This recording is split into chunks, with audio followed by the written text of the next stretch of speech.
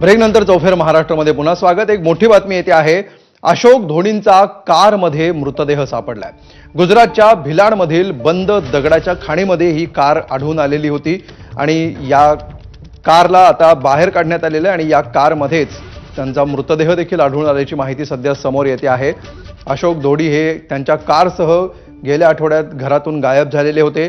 घराजवळच्या एका सीसीटीव्ही फुटेजमध्ये सुद्धा ते बाहेर पडतानाची व्हिज्युअल्स चित्रित झालेली होती। मात्र त्यानंतर ते कुठे गेले याचा शोध सध्या सुरू होता आणि हा शोध आता संपलेला आहे। गाडीच्या डिकीमध्ये त्यांचा मृतदेह आढळल्याची माहिती सध्या समोर येते।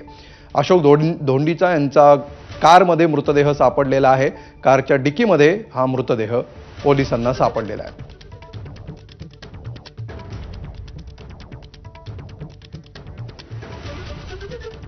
सकाळपासून या ठिकाणी शोधकार्य सुरू होतं। या खाणीमधून गाडी बाहेर काढण्यात आलेली होती। याच खाणीच्या परिसरामध्ये त्यांच्या काही वस्तू देखील सापडलेल्या होत्या आणि आता मृतदेह सापडलेला आहे। संतोष पाटील याविषयी अधिक माहिती देत आहेत। संतोष, अमोल, नक्कीच 12 दिवसापासून जे अशोक धोडे आहेत, शिंदे गटाचे शिवसेनेचे पदाधिकारी हे बेपत्ता होते। त्यांचं अपहरण करण्यात आलं होतं। त्याच्यानंतर 12 दिवस पोलीस आहेत ते कसून त्याचा तपास आहे ते करत होते। 4 आरोपी ताब्यात घेतले होते। त्यांच्यानंतर जी काही माहिती मिळाली त्याच्यानंतर अगदी गुजरात जी महाराष्ट्र सीमा आहे ती ओलांडून गुजरातमध्ये भिलाड आहे, भिलाडचं सारीगाम आहे, मालापाडा म्हणून तिथे बंद पडलेली खदान होती, ती पूर्ण पाण्याने भरलेली होती। गेले जवळपास 3 तास रेस्क्यू ऑपरेशन सुरू होतं इथे आणि त्याच खदानीमधून आता ही ब्रिझा कार आहे ती बाहेर काढण्यात आलेली आहे।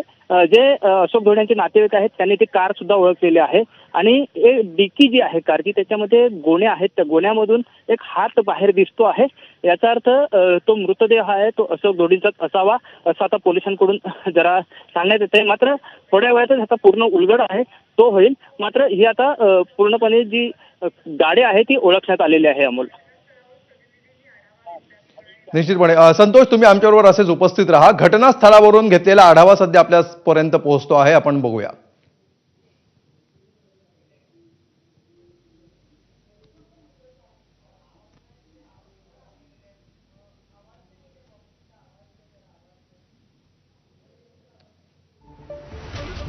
तर अशोक धोडींच्या कारमध्ये एक मृतदेह सापडलेला आहे आणि एका गोणीमधून या मृतदेहाचा हात बाहेर असल्याचं प्राथमिक माहिती सध्या समोर येते आहे।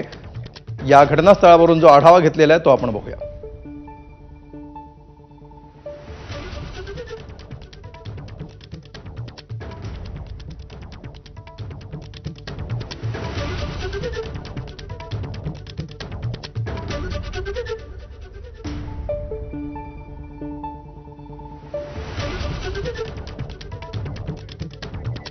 तर कारमध्ये सापडलेला मृतदेह कोणाचा आहे याविषयी अद्याप कुठलीही स्पष्टता समोर आलेली नाही।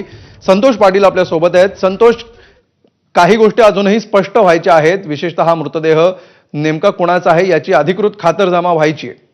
हा अमोल, आता गाडी आहे ती सरळ करण्यात आलेली आहे आणि गाडीमध्ये डिक्की जी आहे पाठीमागची, ह्या डिक्कीमध्ये काही गोण्या आहेत, त्याच्यातून एक हात आहे तो स्पष्टपणे, ज्याचा व्हिज्युअल्स आपण तिथे पाठवलेला स्पष्टपणे दिसतो आहे।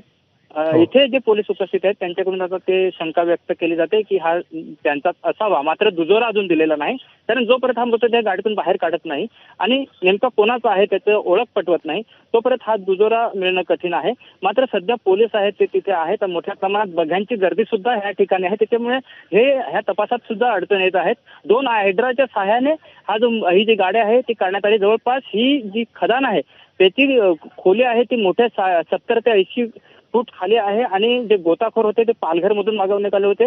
ते जवळपास 7-8 गोताखोरांनी हे प्रयत्न करून आतमध्ये जाऊन ही काढण्यासाठी मदत केलेली आहे आणि आता थोड्याच वेळात ही स्पष्टता होईल। अमोल, निश्चितपणे संतोष, दुसरा महत्त्वाचा मुद्दा, गेल्या 12 दिवसांपासून या सगळ्या गोष्टीचा शोध पोलीस घेत आहेत। पोलिसांची तपास चक्र फिरत होती अशोक धोडींचा मृतदेह किंवा कशा प्रकारे ते गायब झालेले आहेत, कुठे गेलेत यासाठी काय काय महत्त्वाचे टप्पे राहिलेले आहेत, कशा प्रकारे पोलीस आता शेवटी या टप्प्यावर पोहोचलेत? अमोल, अशोक धोडी त्यांच्या घरातून 19 तारखेला मुंबईला जातो असं सांगून निघाले। मात्र आज आपल्याला एक सीसीटीव्ही मिळाला जो मीरा रोडचा होता। मीरा रोड मधून ते एका बिल्डिंग मधून बाहेर पडताना सीसीटीव्ही मिळाला। तेथून ते 20 तारखेला तिथून निघाले मीरा रोडवरून. तिथे कोणतरी मैत्रीण वगैरे राहते, त्यांच्या घरी गेल्याचं सांगण्यात येत होतं त्यांच्या कुटुंबियांकडून. आणि ते 20 तारखेला तिथून निघाले. त्याच्यानंतर डहाणूला आले. डहाणूवरून त्यांनी कार घेतली आणि कार घेऊन जेव्हा ते निघाले तेव्हा डहाणू ते वेवजी असा जो बोर्डीवरून येणारा एक घाट आहे, त्या घाटामध्ये मध्ये ही गाडी अडवली गेल्याचं पोलिसांनी सांगितलं. त्यांची जेव्हा गाडी अडवली तेव्हा इतर आयसर आणि एक पिकअप असे 2 वाहनं सुद्धा होती. आणि त्याच्यानंतर ती गाडी जी आहे, कार त्यांची, ती अशोक ढोडे यांच्या घराकडूनच पास झाली आणि तिथूनचा एक सीसीटीव्ही जो आहे तो आपल्या हाती लागला होता. आणि त्यानंतर ह्या तपासाची चक्र फिरली. पोलीस कसून चौकशी करत होते. 5 आरोपींना त्यांनी निश्चितपणे कशा प्रकारे आता पोलीस या सगळ्या प्रकरणाचा पुढचा छडा लावतात हे बघणं महत्वाचं आहे. या मृतदेहाची ओळख पटवणं ही आता पुढची महत्वाची प्रक्रिया असणार आहे. तूर्त धन्यवाद संतोष या सविस्तर माहितीबद्दल.